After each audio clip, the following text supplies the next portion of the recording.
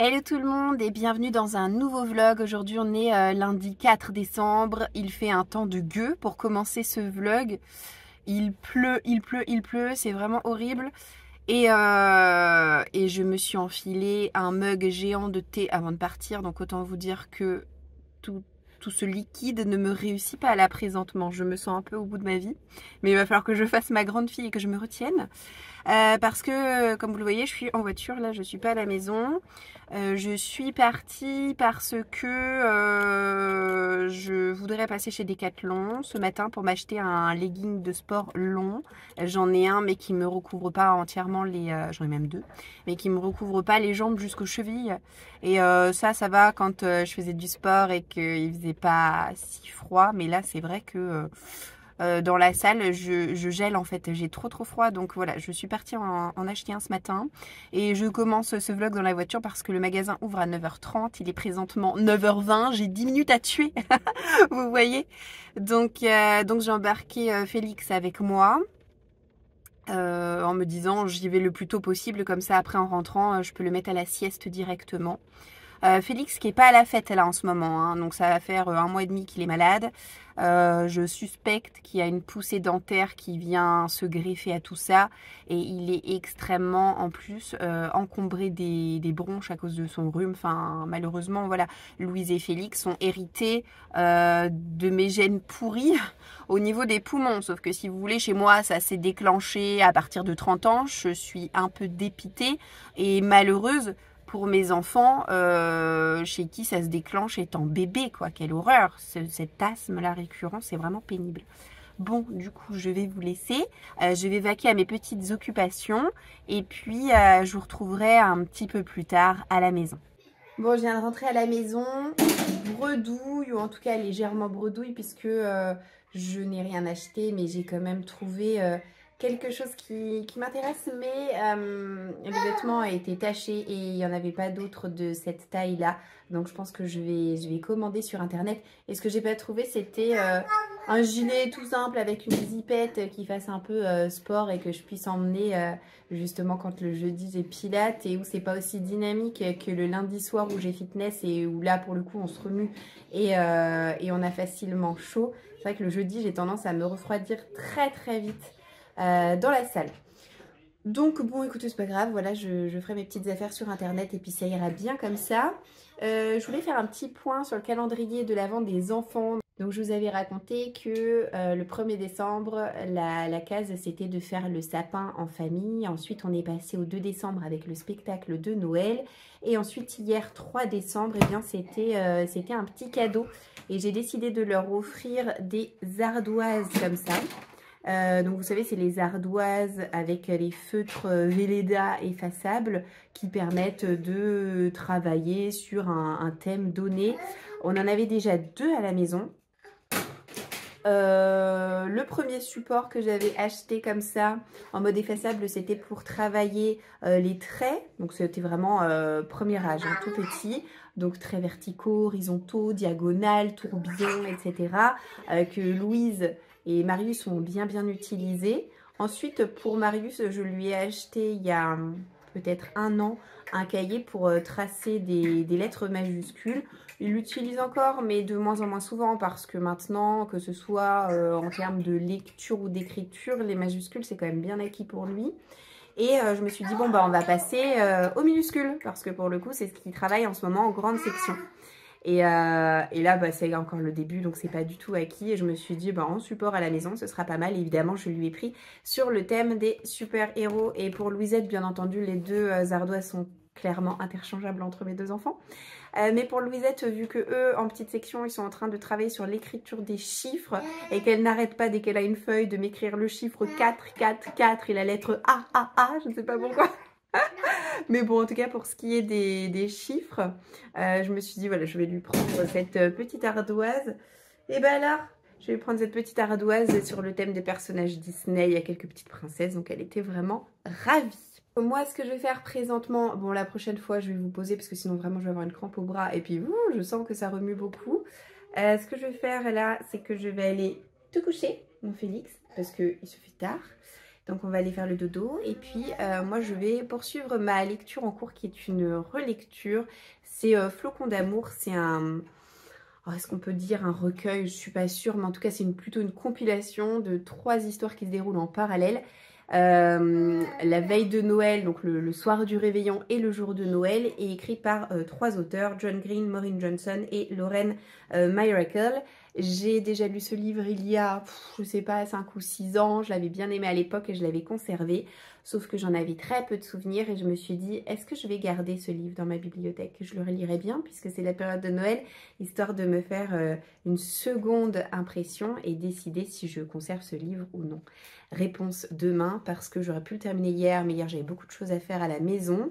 Donc il me reste un peu moins de 100 pages à lire et je vais m'y consacrer aujourd'hui. Hello, aujourd'hui on est mardi, on est le 5 décembre et du coup je vais commencer par vous montrer ce que les enfants ont reçu dans leur calendrier de l'Avent. Hier je leur ai offert un album sur Noël. C'est La licorne du Père Noël. C'est un album qui est assez humoristique. Alors les dessins sont assez particuliers, hein. On aime ou on n'aime pas. Je vais vous montrer la première double page par exemple. Mais moi je trouve ça assez drôle et en même temps j'aurais aimé que ce soit écrit d'une manière différente parce que il y a un petit peu trop de jeux de mots, si vous voulez, qui sont pas du tout compréhensibles à un lectorat de l'âge de mes 2 enfants les plus grands. Donc 5 et 3 ans et demi. En revanche, ça a fonctionné très bien avec ma fille cette histoire parce que une licorne. Alors tout de suite, Louise, les trucs girly, les sirènes, les licornes, les machins mignons avec des paillettes, c'est tout à fait elle. Elle est très friande, elle est très cliente de ça. Donc vraiment, elle adore. Et c'est pour cette raison, je pense qu'elle aime beaucoup cette histoire. On nous parle de Rudolf, le renne, qui a une patte cassée, qui va pas pouvoir assurer la tournée de Noël avec le traîneau. Il va pas pouvoir tracter le traîneau avec les autres rennes. Et du coup, le Père Noël va tomber par hasard sur une licorne qui est en train de se la couler douce dans son hamac. Et il va lui proposer de remplacer son renne. Donc tout de suite, la licorne qui est en manque d'amis, en mal de famille, va accepter. Elle va même faire croire au Père Noël que elle s'est volée. Donc finalement, elle serait une très bonne remplaçante. Sauf que très rapidement, le Père Noël va se rendre compte que la licorne ne s'est absolument pas volée. Il va falloir qu'elle ait un coup de pouce de sa part pour pouvoir vraiment prendre la place de Rudolf de manière efficace. Voilà. Donc ça, c'est le sujet de l'histoire. Et c'est distrayant, c'est pas la meilleure histoire qu'on a sur la thématique de Noël. Mais en tout cas, bon, c'est plutôt rigolo. Et les enfants, de toute façon, sont très attirés par tout ce qui a trait à la nouveauté. Alors hier, je vous montrais Flocons d'amour en vous expliquant que c'était comme un recueil de nouvelles puisque c'est un livre qui fait s'entrecroiser finalement 3 histoires avec des personnages que l'on va retrouver d'une histoire à une autre. Les personnages principaux d'une histoire vont devenir des personnages secondaires des 2 autres histoires. C'est écrit par 3 auteurs différents et c'est un livre que j'ai eu l'occasion de lire pour la première fois en 2015. Et j'en ai conservé que très peu de souvenirs. J'ai eu vraiment l'impression de le redécouvrir entièrement. Il y a quelques bribes par-ci par-là, notamment sur des pom-pom girls, sur des péripéties à bord d'une voiture sur une route verglacée qui me revenaient un peu à l'esprit. Mais globalement, j'avais oublié la quasi-totalité de l'histoire. J'ai voulu relire ce livre pour savoir si ça valait le coup que je le conserve encore dans ma bibliothèque. Est-ce que dans 8 ans, j'aurais encore tout autant envie de le lire, de le redécouvrir? Et la réflexion, non, j'en suis pas sûre. C'est sympa, c'est divertissant, c'est clairement à destination des adolescents, donc je suis pas trop le public ciblé. Mais bref, quoi qu'il en soit, voilà, c'est mignon si on aime les choses un petit peu niaises, mais en même temps, ce qui a trait à Noël dans les histoires et dans les téléfilms, sur M6 par exemple, c'est niais, hein. La magie de Noël, on aime ou on n'aime pas, moi j'adore ça, mais c'est vrai que je suis un public difficile, surtout en ce qui concerne les romans, dès lors qu'il y a un petit peu trop de miel, de flonflon, de carillon dans tous les sens. Moi ça a tendance légèrement à m'écœurer. Et là, bon ça va, il n'y en avait pas encore trop. C'est-à-dire qu'il y a de la magie de Noël, oui, mais elle n'est pas omniprésente. On a par exemple des villages de Noël, des petites figurines, des choses comme ça. On nous évoque de grandes tablées familiales autour d'un repas de fête juif. Mais on n'a pas non plus absolument tous les codes attendus. Ça manque un peu de sapin, ça manque un peu de Père Noël, bref, ça manque un peu de chorale par exemple. Mais bon, je trouvais que c'était quand même justement dosé, hein. On reste dans le juste milieu et du coup ça passait plutôt bien de ce côté-là.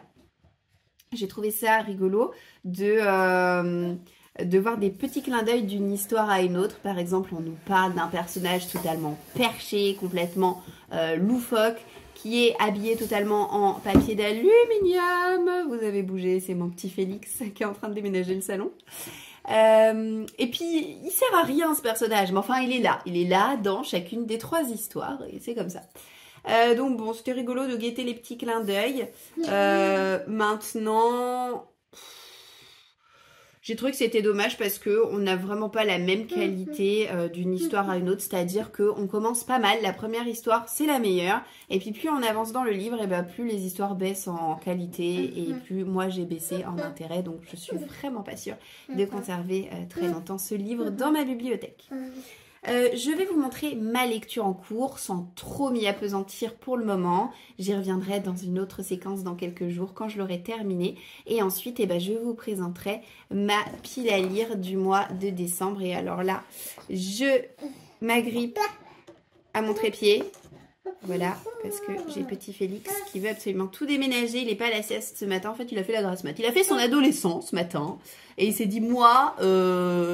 je ne me recouche pas, en fait. Voilà, recouche-moi cet après-midi si tu veux. Pour ce matin, c'est cuit. Fais-toi une raison, maman. Oui, voilà. Ça, c'est pour les grands chéris. Tu es encore un peu petit pour celui-là. Alors, l'autre livre de Noël. En fait, je sais pas trop si c'est un livre de Noël, hein, parce que on est à Strasbourg, on nous parle de Bredel, mais à aucun moment il est mention qu'on est à l'approche des fêtes. Ça va peut-être venir, je n'ai lu que 100 pages. Mais j'adore. C'est Falalalala de Émilie Chazeran. Et c'est sorti chez Sarbacane, je crois. Voilà, c'est ça.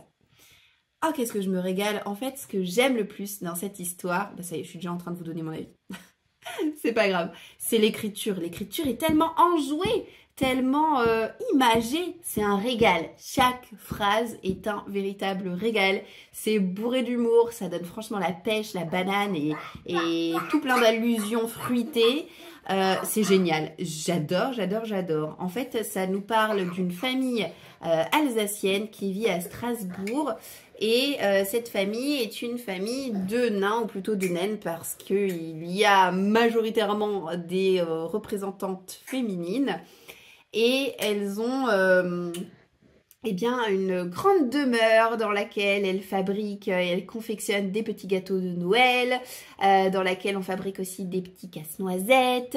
Et c'est un peu l'attraction de la région parce qu'il y a aussi une ferme pédagogique avec des animaux miniatures.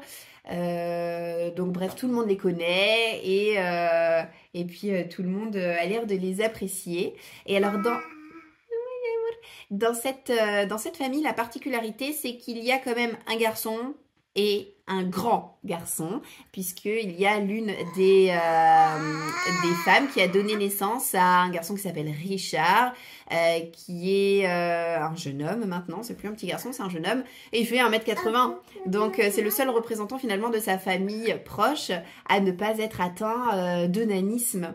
Et il en a presque un complexe, il se sent finalement un peu rejeté, un peu à part. Parmi toutes ces femmes naines, il n'arrive pas à trouver sa place, il se sent trop grand, trop empoté, trop à part. Et donc, quand débute le récit, il va intégrer un groupe de paroles pour vider son sac, balancer un peu ce qu'il a sur le cœur. Et ce faisant, ça va lui faire se remémorer plein de souvenirs de famille. Et c'est par ce biais qu'on va faire sa connaissance avec lui, mais aussi et surtout avec sa famille si particulière. Voilà, je me régale, j'adore. Je suis pas pressée de l'avoir fini parce que j'ai vraiment envie de le savourer, tellement c'est réjouissant au possible. Voilà. Je vais vous montrer avant de vous laisser ma pile à lire du mois de décembre. Elle va pas être au complet parce que j'ai oublié d'aller chercher en haut mon tome 4 d'Outlander, mais je pense que vous êtes au courant, ça fait 2 mois que je l'ai commencé et je prévois de le terminer la fin décembre. Ça me semble envisageable parce qu'il me reste 300 pages à lire, j'en lis à peu près 20 par jour, donc voilà, pas d'inquiétude, il sera lu certainement avant que 2024 pointe le bout de son nez. Pour ce qui est du reste des lectures que je prévois de me caser en décembre, le seul autre livre qui n'est pas dans la thématique noëlesque, mais je trouve que c'est quand même un récit, pour avoir lu le premier tome, qui est suffisamment inventif, merveilleux et féerique pour que j'ai envie de l'inclure pour cette fin d'année. Et bien c'est le tome 2 de Magic Charlie de Audrey Alouette. J'ai lu le premier tome l'année dernière et je l'ai adoré. J'ai eu un petit coup de cœur pour lui, donc j'ai bien envie de poursuivre la trilogie en découvrant cette fois-ci la suite. J'avais pas envie de davantage faire traîner cette série parce que malheureusement je dois vous avouer que les souvenirs commencent déjà, c'est terrible hein, mais les souvenirs commencent déjà à s'effacer un peu de ma tête concernant les éléments de l'intrigue du premier tome. Bon, j'y vais pas non plus totalement les yeux bandés, sans rien me rappeler du tout, hein. Mais dans le détail, il y a certainement des petites choses qui ont dû m'échapper, donc j'espère que Audrey Alouette m'a réservé quelques rappels au début de ce tome 2. En tout cas, c'est quand même un beau bébé. Bon, ça a l'air de se lire quand même assez vite, mais tout de même, il y a un peu plus de 500 pages au compteur de cette belle brique. On retourne dans la thématique de Noël, bah oui parce que s'il y a un mois dans l'année où il faut sortir tous les bouquins de sa pile à lire qui parlent de Noël, c'est bien le mois de décembre, donc allons-y gaiement. J'ai envie de faire une autre relecture ce mois-ci, alors je me rappelle pas, je me renseignerai hein, certainement, mais je me rappelle pas si ce livre, je l'ai aussi acheté lui en 2015 comme Flocon d'amour, mais en tout cas c'est sûr que c'est aussi un vieux de la vieille, c'est Minuit.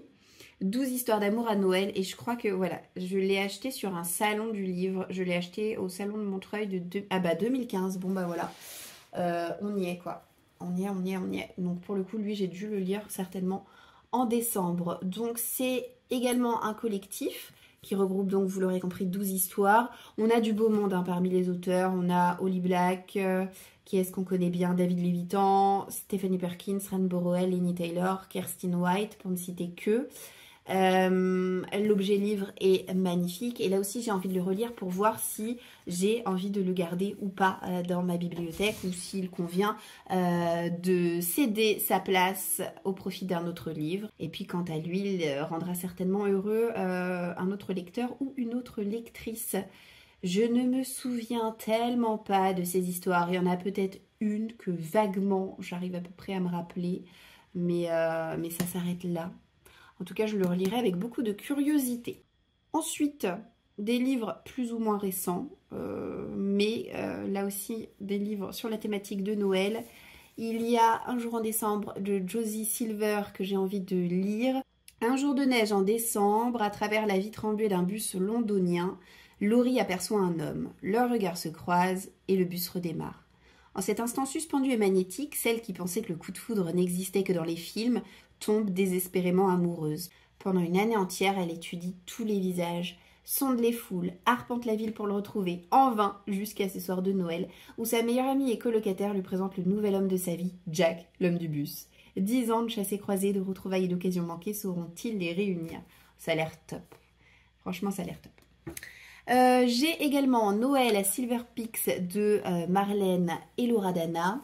Alors moi je me le suis acheté comme ceci lorsqu'il a été auto-édité, mais je sais qu'il est sorti cette année directement en poche chez Hugo Roman, mais je préférais de loin cette couverture-là. Elle a d'ailleurs auto-édité le second tome, que pour le coup je n'ai pas encore, mais étant un public particulièrement difficile pour tout ce qui a trait aux histoires de Noël, j'attends de voir si ce livre saura me plaire ou pas.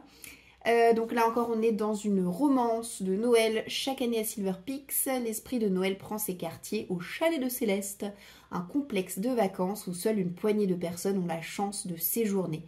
Et pour cause, Céleste et Elliot, les propriétaires des lieux, sélectionnent les heureux élus avec soin. C'est dans cet endroit à l'ambiance chaleureuse, à des milliers de kilomètres de chez eux, Kayleigh, Connor et la petite Leia vont passer les fêtes. Entre Hailey et Connor, tout commence par une rencontre houleuse dans l'avion. Elle le trouve antipathique au premier regard et il se moque bien de ce qu'elle peut penser, ce qui amuse particulièrement Leia, la nièce et filleule de celui-ci. Ces deux-là n'ont rien en commun. Pourtant, l'univers semble vouloir rapprocher ce Californien sûr de lui et cette amoureuse de Noël. Et ce n'est pas pour déplaire à Leia qui œuvre dans l'ombre pour que son vœu le plus cher se réalise. Parfois, il suffit d'y croire et de le vouloir suffisamment fort pour qu'un miracle se produise, surtout à Silver Peaks. Ça a l'air mignon tout plein. Mais je pense que j'ai quand même gardé le meilleur pour la fin avec une romance de Noël de Sarah Morgan, car que serait un mois de décembre sans un livre de Sarah Morgan, je vous le demande. Je ne la connais absolument pas dans ses autres romances, mais j'ai déjà lu plusieurs romances de Noël de cet auteur et je ne suis jamais déçue. Là où je suis un public très difficile vis-à-vis des auteurs français qui s'essaient à l'exercice, autant je suis toujours conquise par la londonienne Sarah Morgan. Donc là, j'ai pris un Noël romantique en Laponie. La neige à perte de vue, les rennes, les balades en chien de traîneau. Christy se faisait une joie de passer les vacances de Noël chez sa tante qui tient un snow spa en Laponie. Mais à l'approche du grand départ, Seb, son mari, se montre distant et anormalement stressé. Christy sent que si elle veut réparer leur couple à la dérive, elle doit passer avant le réveillon quelques jours seule avec lui. C'est décidé, elle va confier leur fille à Alix, sa meilleure amie, pour les premiers jours. Et si tout va bien à Noël, ils seront tous réunis dans ce décor de rêve plus soudé que jamais. Alix est terrorisée. S'occuper d'une fillette de 4 ans représente un vrai défi pour une phobique de l'engagement comme elle. Mais pour rendre service à Christy, elle est prête à tout, sauf que son amie ne lui a pas tout dit et elle comprend très vite qu'elle ne va pas être la seule nounou de la petite Holly. Zach, l'ami de Seb, est venu en renfort. Zach, ce globe-trotteur aussi irrésistible qu'agaçant, qu'elle a pris soin d'éviter pendant 5 ans. Voilà qu'ils vont devoir partager un chalet romantique à souhait. Heureusement que Holly sera là pour les occuper nuit et jour, sinon elle serait en grand danger de céder à la plus dangereuse des tentations. Donc ça a l'air d'être un récit qui va faire s'alterner les points de vue des deux copines pour mon plus grand plaisir, je l'espère. Hello, aujourd'hui c'est jeudi et qui dit jeudi dit pâtisserie. Aujourd'hui je vais réaliser des petits sablés à la confiture après le pain d'épices de la semaine dernière qui a remporté un joli succès dans ma famille. J'avais envie de poursuivre avec les recettes de Noël. Donc pour cette recette, il va vous falloir 125 g de beurre, 200 g de farine et 60 g de poudre d'amande, 60 g de sucre. D'ailleurs j'ai mis dans le bol le sucre mélangé à la poudre d'amande. Il va falloir un sachet de sucre vanillé, 2 jaunes d'œufs, une pincée de sel, de la confiture de votre choix, ça marche aussi avec de la pâte à tartiner, et un petit peu de sucre glace pour parsemer sur le dessus des biscuits. Allez, c'est parti, première étape, et sachez que les chocolats ne sont là que pour m'encourager, hein, ils ne sont pas utiles dans la recette, mais on va venir tamiser la farine et ensuite creuser un puits à l'intérieur du saladier.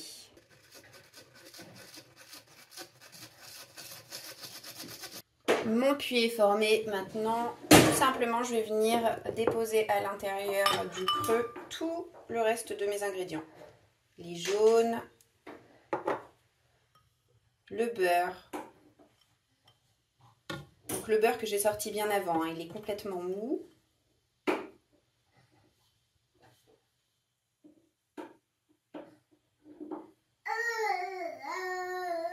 Le puits déborde, mais c'est pas grave, on continue. Le sucre vanillé.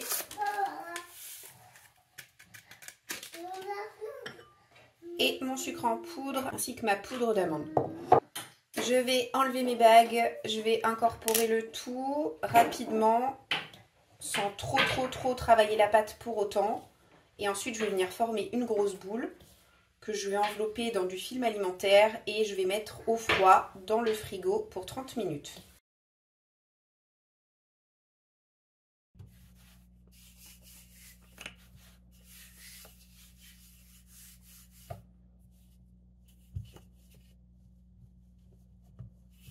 Je vais venir emporte-piécer ma pâte. J'ai choisi un petit emporte-pièce en forme d'étoile. Et pour réaliser ces sablés, il faut 2 couches de biscuits. La première en forme d'étoile, toute simple. Et la seconde, c'est votre étoile dans laquelle vous allez creuser un petit trou. Moi, j'utilise une douille de ma poche à douille parce que je trouve que le rond est suffisamment grand.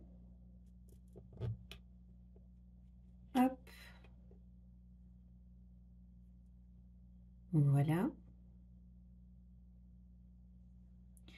Et je vais faire ça pour toute ma pâte. Je vais faire en sorte qu'il y ait à chaque fois des paires. J'arrive au bout de ma plaque. Et je peux vous dire que j'en ai marre. Parce que j'imagine bien que ça va être délicieux. En revanche, c'est super long à faire.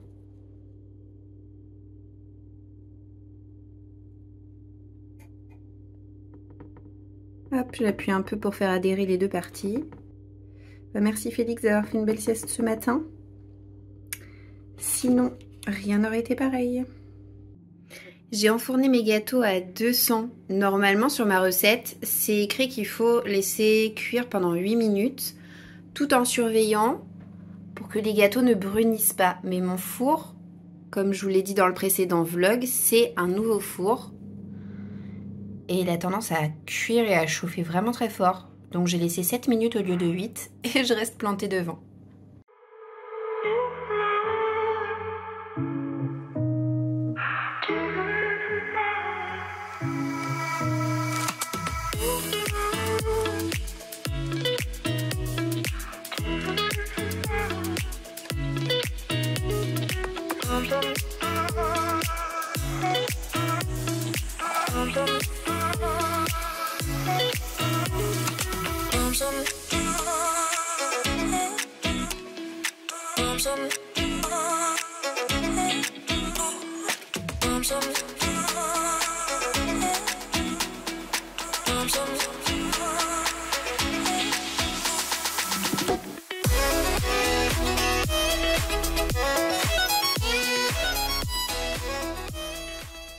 Hello, aujourd'hui on doit être quelque chose comme le 8 décembre je pense. J'ai été incapable de trouver mon trépied avant de filmer cette séquence du coup système D. C'est le système que j'utilisais auparavant. C'est-à-dire que vous êtes actuellement posé sur mon coffret collector de Harry Potter en VO. Voilà, j'ai tiré les tomes comme ça, je vous ai mis au-dessus. Et il y a même un gros pot avec des crayons de couleur qui vous maintient. Bref.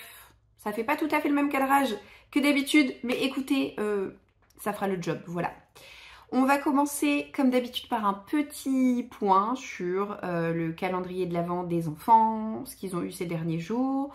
Ils ont eu des chocolats, ils ont eu des santons à déposer dans la crèche, puisque quand débute le mois de décembre, la crèche est posée vide dans le salon. Et au fur et à mesure que les jours passent, parfois ils ont 2 santons, donc un chacun à choisir dans la boîte remplie de santons. Et puis voilà, au fur et à mesure, ils remplissent la crèche jusqu'au jour de Noël où on va déposer évidemment le petit Jésus à l'intérieur. Ils n'ont pas une nouvelle histoire encore. En revanche, on continue de lire tous les soirs le livre que je vous avais montré dans le vlog de la semaine dernière, qui est mon premier roman de l'Avent publié chez Ozu. C'est très chouette comme histoire et j'avais peur que Louise, qui est plus petite que Marius, n'accroche pas, ne comprenne pas trop le concept, soit un peu frustrée, qu'on s'arrête vraiment sur un moment assez brutal de l'histoire, en plein suspense, et où tu te dis non, pourquoi ça se termine comme ça?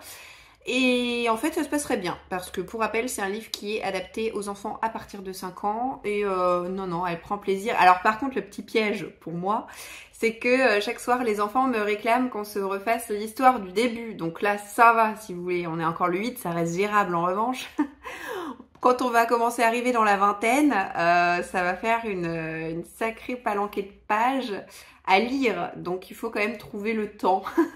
mais écoutez, pour le moment ça va encore, et puis j'aime bien l'histoire, donc ça me dérange pas de la relire du début tous les jours finalement. Je m'en suis pas encore lassée. Et s'ils ont eu un petit cadeau hier auquel Louise n'a pas du tout accroché, je leur ai offert des cartes à gratter Noël. C'est une petite pochette qui est sortie aux éditions de Coq d'Or. Et pour la petite anecdote, je l'ai acheté Je crois que c'était cette année, en tout début d'année, en tout cas c'était après Noël, dans mon Cultura, parce que dans ce magasin, comme dans certainement plein d'autres, ils soldent, ils font des grosses promotions sur les activités créatives, les décorations, bref, tous les invendus avant qu'ils soient obligés de tout enlever pour laisser place à d'autres éléments plus neutres, moins festifs. Donc je sais que chaque année, après Noël, je vais faire ma petite prospection pour acheter moins cher. Et sachez-le, c'est un réel bon plan des activités à faire pour les enfants. Voilà. En revanche, quand j'ai acheté ça, j'ai été attirée par le prix, par l'aspect carte à gratter, mais je m'y suis pas appesantie plus que ça. Et en ouvrant et en découvrant les cartes en même temps que les enfants hier, puisqu'on l'a fait hier, je me suis rendu compte que c'était pas adapté à l'âge de Louise, mais pas du tout. Et c'était adapté aux enfants de l'âge de Marius, hein, on va dire 5 ans. Parce que c'est pas une carte à gratter toute simple où il suffit juste de gratter partout pour faire apparaître l'illustration. Là, l'illustration, elle est déjà là, elle est déjà présente. Donc ils ont choisi chacun 4 cartes sur les 8. Donc vous aviez un oiseau, vous aviez le Père Noël, un sapin, un bonhomme de neige, etc. Donc l'illustration, elle est là. Et avec le petit stylet en bois, il fallait gratouiller pour pas colorier et faire apparaître le motif, mais pour dessiner vous-même les détails de chaque image. Donc si vous voulez, Louise, elle sait faire les ronds, elle sait faire des petites choses comme ça, mais enfin ça reste du très très basique et du très très approximatif. Donc elle en a fait un. Et puis elle en a eu marre. Par contre, Marius a adoré l'activité. Il a fait les 7 autres. J'ai changé le cadeau qu'ils vont avoir ce soir dans le calendrier. Ils auront juste des chocolats. Comme a dit mon mari, c'est déjà pas mal. Je souhaitais leur offrir un nouvel album sur Noël, sauf que je vais remettre ça à demain. Donc vous le verrez dans le vlog de la semaine prochaine. Pourquoi? Parce qu'aujourd'hui on est vendredi et chaque vendredi à l'école, ils reviennent à la maison avec chacun un livre de l'école qu'ils empruntent auprès de la petite bibliothèque de l'école et ils ont donc une semaine avec nous pour les consulter à la maison, les lire, les relire, les feuilleter avant qu'on doive les rendre le jeudi et que le vendredi suivant, ils en ramènent un autre. Donc je me suis dit, ils vont déjà revenir avec leur livre de l'école, leur offrir encore un autre livre, ça va faire un peu un bis repetita et puis finalement ils apprécieront pas autant à la fois le livre que je vais leur offrir et puis les livres de l'école. Donc on va réserver ça pour demain. Au départ je m'étais dit le programme du calendrier de l'Avent des enfants pour le week-end ça va être du très basique, ça va être crèche et chocolat et pas plus parce que on a un week-end où on va pas trop s'ennuyer quand même. Mais bon voilà, on va réussir à caser un petit album demain, ça ira quand même. En fait le samedi matin à chaque fois c'est full chez nous parce que les enfants enchaînent les activités sportives. Et puis en plus de ça, là demain après-midi ils vont avoir leur séance d'éveil à la foi. C'est une séance tous les 2 mois, donc c'est pas hyper récurrent, mais enfin quand c'est l'heure, on essaie de pas rater le rendez-vous parce que nous ça nous tient à cœur. En plus le mois de décembre c'est toujours très chouette à l'éveil à la foi parce que c'est sur le thème de la nativité forcément avec donc la venue de Jésus le 25 décembre et puis ils font des activités créatives autour de la crèche. Donc c'est toujours super sympa pour eux et pour moi qui assiste à ça. Donc voilà pour le samedi et puis le dimanche on va aller déjeuner chez une amie, peut-être même que je vais avoir la chance de faire du cheval parce que c'est une amie qui possède un cheval, qui est passionnée de chevaux et elle m'avait déjà fait des appels du pied, bon c'est réciproque mais elle m'avait déjà fait des appels du pied pour que je monte son cheval. Ça s'était pas encore fait et ce sera peut-être dimanche. Je dis peut-être parce que forcément tout dépend de la météo. On est en décembre, c'est pas le mois le plus sexy pour aller crapahuter sur un cheval, donc on verra. Mais potentiellement je vais aller faire du cheval dimanche et quoi qu'il en soit dans tous les cas on va déjeuner chez elle le dimanche midi. Et en plus dans ma ville il y a le marché de Noël avec tout plein d'activités pour les enfants samedi et dimanche. Donc on va pas trop s'ennuyer. Donc c'est le dernier plan face caméra mais je vous prendrai comme d'habitude avec des petits clips pour clôturer le vlog. On va parler coloriage brièvement. Je vais vous insérer pendant que je parle un petit plan que j'ai filmé l'autre jour avant de débuter ce coloriage où vous le voyez vide. Ça fait partie des illustrations dessiné par l'illustratrice Rita Berman, qui est vraiment mon illustratrice préférée. Alors j'adore aussi Clara Markova, mais si je devais colorier des dessins d'une seule illustratrice, je choisirais vraiment Rita Berman. Il faut savoir que chaque année ou presque, parce que bon bah malheureusement cette année elle ne le fait pas, mais chaque année ou presque, elle met à disposition de sa communauté un coloriage qu'elle appelle coloriage spécial, qui est libre de droit en ce qui concerne le téléchargement, et on peut l'imprimer sur le papier que l'on veut pour pouvoir ensuite le mettre en couleur à la maison. Et il y a quelques années, c'était très exactement donc en 2019 puisque c'est écrit sur le coloriage, elle a fait des illustrations donc pour Noël, et là et ben voilà, j'en ai sorti une pour mettre en couleur cette année. Donc pour le moment j'ai pas fait grand chose, mais bon, je vais bouger le téléphone pour vous le montrer vu du dessus, ça rendra mieux. Mais pour ces illustrations j'utilise systématiquement des crayons de couleur aquarellables. Donc voilà, vous êtes planqué juste devant. Donc moi ce sont les Albrecht Dürer que j'ai donc en version aquarellable. Donc ce que je fais, c'est que je fais un aplat simple de couleurs. Je viens utiliser mon pinceau à eau pour donner cet effet aquarelle, et ensuite quand c'est sec, je viens travailler ma colorisation avec ces mêmes crayons de couleur pour faire une espèce d'effet d'ombre, de lumière. Donc je viens retravailler sur mon aquarelle, sauf que là pour le coup mes ombres je ne vais plus y toucher, je ne vais plus les repasser avec de l'eau, je les laisse telles quelles. Voilà, donc c'est comme ça que moi je pratique, et je vais tout de suite vous montrer de plus près ce que ça rend. J'ai commencé il y a quelques jours, mais je n'avance pas vite, tout simplement parce que, bah, vous le savez, dans ma véranda, il fait très froid en décembre, donc ça incite pas forcément à passer de longues heures perdues à mon bureau. Mais en tout cas, chaque fois que je reprends ce colo, c'est gros bonheur. Donc vous voyez, par exemple là sur cette feuille, on voit que je suis venue repasser tous mes petits traits de feuilles avec mon crayon de couleur pour donner un effet un petit peu plus foncé. Là c'est pareil, je suis partie du principe qu'il y avait une ombre ici puisqu'il y a de la neige au-dessus. Les seuls endroits que je suis pas venue aquareller pour le moment, c'est le jaune de la lumière des bougies, parce que j'attends d'avoir fait mon fond, donc cette façade, hein, parce que ça a l'air d'être la façade d'une habitation, pour ensuite faire mon jaune que je vais venir fondre, que je vais venir flouter dans la couleur de la façade. Voilà. Donc là pour le moment je suis sur les feuilles. Donc je vais venir vous montrer le coloriage que j'ai réalisé, je crois que c'était l'année dernière ou alors il y a peut-être 2 ans, je ne sais pas. Mais c'était un autre coloriage spécial de Rita Berman pour Noël. Parce que vraiment je les adore et je suis un petit peu déçue qu'il n'y en ait pas cette année. Mais non, mais la blague en fait, j'avais pas appuyé sur le bouton pour filmer. Ça fait 3 minutes que je vous parle dans le vent. Oh, c'est désagréable quand ça arrive. Bon, écoutez, là c'est bon, c'est recablé. Donc j'étais en train de dire, ah je vous ai montré des trucs et tout. Bon, je recommence. Ah là là, Emmanuel. Donc... J'étais en train de vous dire que le coloriage spécial pour Noël de l'année dernière, eh bien, c'était celui-ci, avec cette jolie boule à neige. Et j'étais en train de vous dire qu'on peut faire un truc superbe avec un joli effet de transparence bien travaillé. J'ai beaucoup hésité entre celui-ci et puis celui que j'ai commencé. Puis je me suis dit finalement, prends le plus ancien, ce sera très bien comme ça. Je me suis aussi aperçue que le coloriage que je suis en train de faire, eh bien je l'avais une nouvelle fois mais dans du papier plus fin, plus classique. Mais moi j'ai une préférence vraiment pour mettre ces illustrations en couleur avec un matériel aquarellable sur du papier épais. J'utilise ce qui me semble être des feuilles qui font 250 grammes. Et enfin, j'étais en train de vous dire et de me rappeler qu'elle ne fait pas que des coloriages spéciaux pour Noël, mais parfois aussi pour d'autres occasions. Il me semble que celui-ci, c'était à l'occasion de Pâques. Je suis un peu moins fan. Parfois aussi, elle en fait où il y a plusieurs petits motifs sur une même page. Celui-ci, par exemple, ne m'inspire pas beaucoup.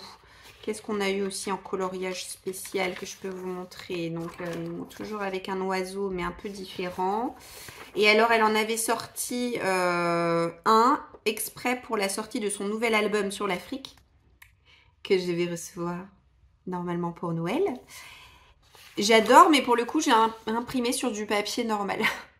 Donc ça ne me va pas. Il va falloir que je le refasse sur du papier épais. Celui-ci, je l'ai réalisé. Malheureusement, c'était à une époque où je ne mettais pas encore l'année, mais je pense que c'était il y a 2 ans.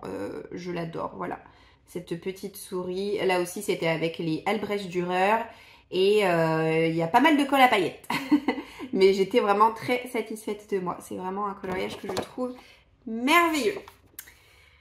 Et ensuite, voilà, là ça fait partie de mes coloriages vraiment en vrac qui sont pas dans des albums. Et j'en ai d'autres d'une autre illustratrice qui est Christine Caron. Là pour le coup, c'est pas des coloriages gratuits, c'est des coloriages que j'ai payés et qui sont disponibles en téléchargement sur sa boutique Etsy. Comme par exemple cette jolie petite elfe. Et j'en ai mis un seul d'elle en couleur. J'en avais acheté 2 de toute façon. Et je l'ai réalisé en décembre 2021, même si c'était pas spécialement un coloriage de Noël. Est-ce que c'est avec du matériel aquarellable? Laissez-moi regarder. Non, pas du tout. Pas du tout, pas du tout. Mais bon, j'étais plutôt satisfaite de ce que j'ai pu faire. Voilà pour la petite parenthèse colo. Alors, encore une fois, j'avance pas vite parce qu'il fait froid. Donc je suis incapable de vous garantir qu'à la fin du mois de décembre, j'aurai terminé celui-ci. Mais je vais tout faire pour. On verra bien. J'ai terminé le livre Falalalala. Je peux d'ailleurs enlever le marque-page puisque ça y est, c'est fini. Je l'ai terminé hier soir. Normalement, vu que je lis 100 pages par jour à peu près, j'aurais dû le terminer que aujourd'hui, mais j'étais tellement à fond dedans que je me suis couchée tard exprès pour pouvoir le terminer et je peux vous garantir que ce livre c'était falalalalesque. J'ai adoré cette lecture, c'est un beau coup de cœur, je suis trop contente de terminer l'année avec une lecture comme ça, même si c'est pas ma toute dernière lecture de 2023. Mais c'était quand même extra quoi. C'est vraiment une lecture qui me restera longtemps dans ma tête. Et je peux vous garantir que j'ai souri, gloussé, crié, gémi à chaque page ou presque. Je me suis beaucoup fendu la poire. Franchement, c'est tellement amusant, c'est tellement bien fait. L'écriture de l'auteur est ce que je retiendrai par-dessus tout. Parce que l'histoire en elle-même n'est pas hyper révolutionnaire, c'est pas incroyable. C'est original. C'est original, ça c'est sûr, on peut pas le nier. Mais la manière dont elle dépeint ses personnages, dont elle évoque toute la complexité de leur être finalement, et la manière dont elle utilise les mots comme une arme pour écrire, c'était absolument ahurissant. Il y a énormément de nouveaux auteurs chaque année. Et je dois vous avouer que la plupart du temps, eh bien, les écritures de ces auteurs sont interchangeables, c'est-à-dire qu'on lit un extrait d'un roman, on est incapable de se dire la plupart du temps, ça a été écrit par telle ou telle personne. Émilie Chazeran, elle a sa patte bien à elle, et il suffit de lire une seule page de n'importe lequel de ses livres, ou alors, voilà, une page écrite par elle en tout cas, pour que dès la 3e phrase, vous vous dites immédiatement, c'est du Émilie Chazeran, et ça... C'est à ça qu'on reconnaît le talent finalement. Émilie Chazeran, elle a du génie. Elle a une plume qui est extrêmement enjouée, qui est extrêmement rythmée, dynamique. Et puis humoristique surtout. Elle a une écriture qui est sautillante, qui est empreinte de bonne humeur, même quand elle évoque des sujets graves. Elle a une écriture extrêmement imagée.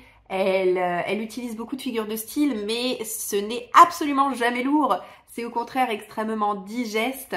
Et il y a des scènes à se tordre de rire, réellement. Et oh, j'ai été conquise, j'ai été absolument conquise. Tous ces livres ne me tentent pas. C'est sûr que je ne les lirai pas tous de ce qu'elle a écrit. Mais il me semble qu'il y a 2 mois de ça, je me suis acheté sa nouveauté. Et je vous ai dit, bon voilà, j'achète ce livre de Émilie Chazeran, je vais la découvrir en décembre dans Falalala, j'espère aimer ce livre sur Noël et j'espère aussi apprécier sa nouveauté. Je me suis tellement contente en fait d'avoir eu le nez cru et de me dire, allez achète-le. Mais bien sûr, je meurs d'envie de m'y plonger.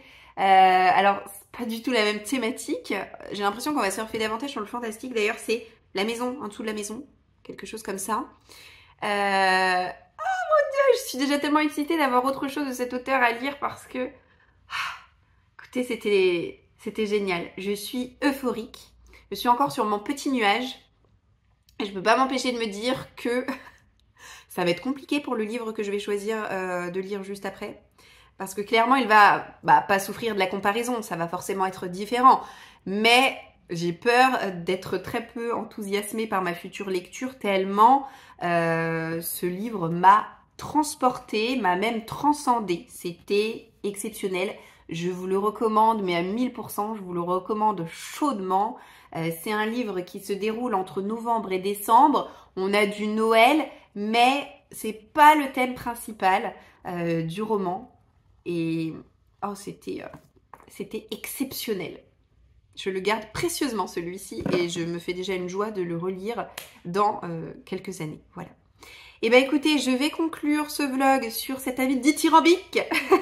J'espère que vous aurez passé un bon moment en ma compagnie. N'hésitez pas à liker et commenter cette vidéo, à la partager sur les réseaux. Je sais que c'est toujours un peu lourdingue quand on vous le dit. Et pourtant, pour nous petits créateurs, et ben c'est ce qui fait vivre notre chaîne. Et puis c'est ce qui me permet aussi de me motiver à continuer, parce que c'est vrai que vlogger en décembre c'est toujours un petit peu dangereux, entre guillemets, avec des gros guillemets, parce qu'il y a tellement de contenu en termes de vidéos à regarder. Tout le monde fait les vlogmas, tout le monde fait les vlogs dans tous les sens, il y a tellement de vidéos, recommandations pour ci, recommandations pour ça, il y a des cadeaux, machin, et on est perdu dans tout ce contenu à regarder. Voilà, peut-être que vous ne me regarderez pas en décembre, d'ailleurs peut-être que vous ne me regarderez qu'en janvier ou jamais d'ailleurs, mais peu importe. Si en tout cas vous êtes là, eh bien tâchez de me le faire savoir s'il vous plaît, parce que j'ai eu très peu de retours sous ma vidéo de la semaine dernière, et c'est vrai que bon, ça m'a un petit peu dépitée, parce que décembre c'est un mois chargé pour tout le monde, pour moi comme pour les autres. Étant mère de famille, je peux vous dire qu'en décembre je ne m'ennuie pas. Et je prends quand même le temps de vous prendre un petit peu chaque jour pour discuter avec vous, pour parler, pour partager des bons plans, des lectures, des cadeaux, des choses comme ça, pour vous donner une bonne énergie, vous donner de la bonne humeur, je l'espère en tout cas. Et voilà, je vous demande simplement de me faire savoir que vous êtes là, toujours. Allez, sur ce, je vous laisse vraiment. Je vous souhaite de passer une très belle journée et je vous dis d'ores et déjà à bientôt dans une prochaine vidéo. Ciao, ciao!